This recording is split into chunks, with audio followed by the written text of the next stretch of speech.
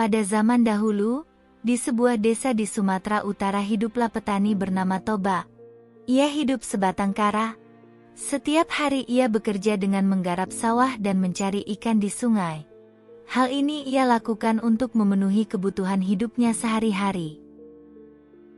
Suatu waktu, Toba memutuskan pergi ke sungai di dekat rumahnya untuk mencari ikan sebagai lauk makannya hari ini.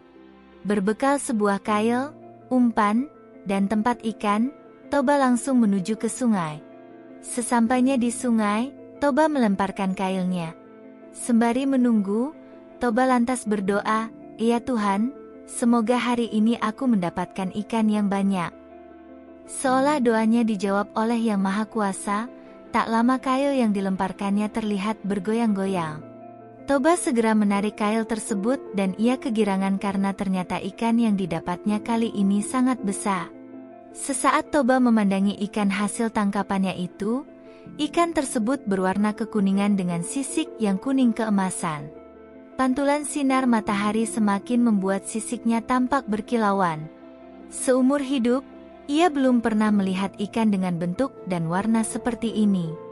Alangkah terkejutnya ia ketika ikan tersebut dapat berbicara. "Tolong aku! Jangan kau santap aku! Biarkan aku hidup!" ucap ikan tersebut. Toba lagi-lagi terkejut karena ikan tersebut tiba-tiba berubah menjadi seorang wanita yang cantik. "Siapakah kamu ini sebenarnya? Bukankah kamu seekor ikan?" "Aku sebenarnya adalah seorang putri yang dikutuk karena telah melanggar aturan kerajaan," ujar wanita cantik tersebut. "Terima kasih kau sudah membebaskanku dari kutukan tersebut. Sebagai imbalannya, aku bersedia kau jadikan sebagai istri."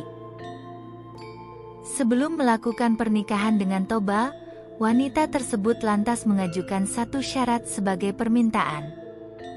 "Kamu harus berjanji untuk tidak menceritakan asal-usulku yang berasal dari seekor ikan kepada siapapun," ujar calon istri Toba. "Jika kamu melanggar janji tersebut, niscaya akan terjadi sebuah malapetaka yang sangat dahsyat." Mendengar hal tersebut, Toba lantas berjanji untuk tidak memberitahukan asal-usul istrinya kepada siapapun. Tak lama setelah mereka menikah, Toba dan istrinya dikaruniai seorang anak laki-laki yang diberi nama Samosir. Anak mereka tumbuh menjadi anak yang sangat tampan dan kuat. Sayangnya, Samosir memiliki sifat pemalas dan agak nakal. Bukannya membantu sang ayah, ia lebih memilih tidur-tiduran daripada membantu ayahnya bekerja di ladang. Bahkan sekadar mengantarkan makanan atau minuman untuk ayahnya pun, Samosir selalu menolak. Kalaupun mau, ia melakukannya dengan malas-malasan dan wajah bersungut-sungut. Sifat pemalas ini merupakan buah dari kebiasaan sang ibu yang terlalu memanjakan anak semata wayangnya itu.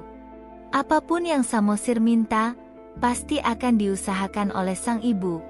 Terlebih soal makanan, Samosir termasuk anak yang jago makan. Jatah makanan keluarga yang disajikan untuk satu hari, bisa dihabiskan dalam sekali makan. Akibatnya, Toba harus bekerja lebih keras lagi untuk memenuhi porsi makan anak tunggalnya itu. Suatu hari, Samosir mendapatkan tugas dari ibunya untuk mengantarkan makanan dan minuman ke sawah, tempat ayahnya sedang bekerja.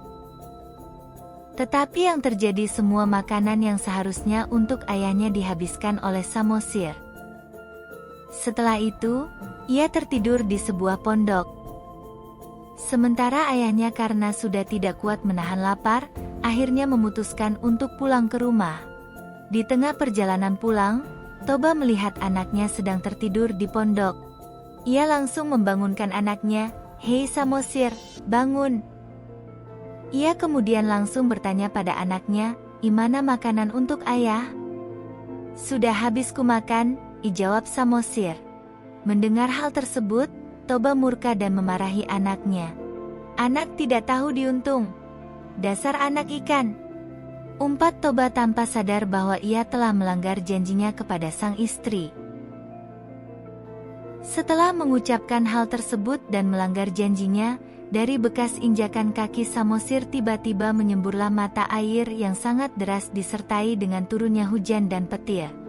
Tidak butuh waktu lama, air meluap sangat tinggi dan luas hingga membentuk sebuah danau. Danau tersebut kini dikenal dengan nama Danau Toba. Sementara Samosir berhasil selamat setelah berhasil menyelamatkan diri ke atas bukit di tengah danau.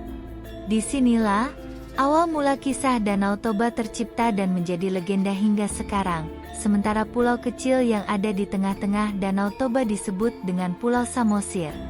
Pulau inilah yang menjadi tanda tempat Samosir dan ibunya berpijak untuk yang terakhir kalinya.